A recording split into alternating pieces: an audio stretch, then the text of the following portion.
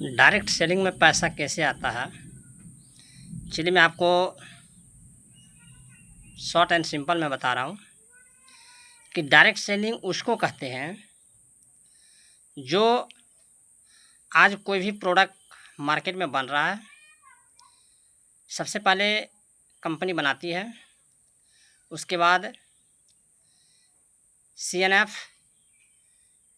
Distributor, wholesaler, retailer, उसके बाद हम कस्टमर के पास सामान पहुंचता है।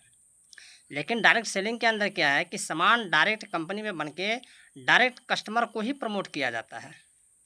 बीच में वो जो 5 बिचौलिया काम कर रहे हैं, होलसेलर, रिटेलर, डिस्ट्रीब्यूटर और CNF, बीच में जो 5 को बिचौलिया काम कर रहे हैं, उसको पैसा ना देके पैसा डायरेक्ट एसोसिएट के बीच में बांट दिया जाता है। उसके बाद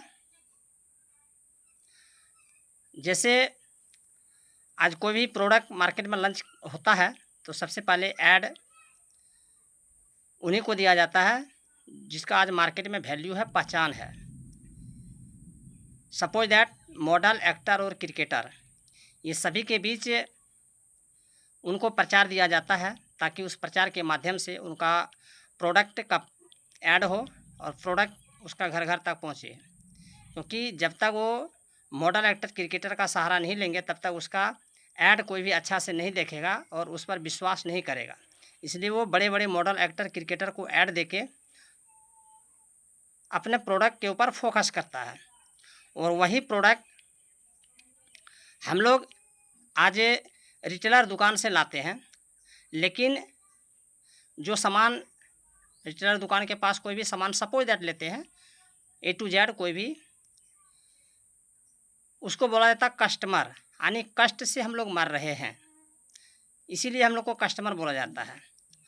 आप उस सामान को खाते हैं, हमारे बाप दादा पूर्वज सभी लोग उस सामान को खा के दुकान से 100 सालों से 200 सालों से खा रहे हैं, सभी गुजर के चल गए, लेकिन आज तक किसी के अकाउंट में 1 रुपया पैसा नहीं आया है।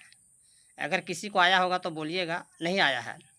लेकिन वही प्रोडक्ट अगर आप डायरेक्ट सेलिंग बिजनेस करते हैं, उस प्रोडक्ट को अपना दुकान से परचेस करते हैं, तो क्या होता है, उस दुकान को सामान प्रोडक्ट परचेस करते हैं, सामान आपको 40 से 50% डिस्काउंट में भी मिलता है और ऊपर से आपके अकाउंट में पैसा भी आता है। और प्रोडक्ट बिल्कुल natural, organic, WHO GMP certified हलाल मुक्त सामान मिलता है।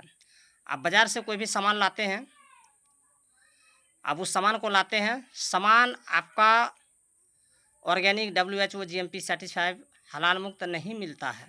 उस सामान खा के बीमार पड़ते हैं और बीमार पड़ने के बाद आप डॉक्टर के पास जाते हैं, डॉक्टर को अलग खर्चा देते हैं। लेकिन यहाँ क्या है कि आप कोई भी डायरेक्ट सेलिंग में काम करते हैं, उस प्रोडक्ट को अगर आप परचेस करते हैं तो उस सामान को खाने के बाद आपका बीमारी ख़त्म होता है और बेरोजगारी भी ख़त्म होता है। तो ये होता है डायरेक्ट सेलिंग और अनडायरेक्ट सेलिंग बिजनेस में अंतर। तो डायरेक्ट सेलिंग बिजनेस करना चाहिए, नहीं करना चाहिए, कमेंट में आप लोग ज़रूर देखिएगा और ज़रूर बताइएगा। Thank you.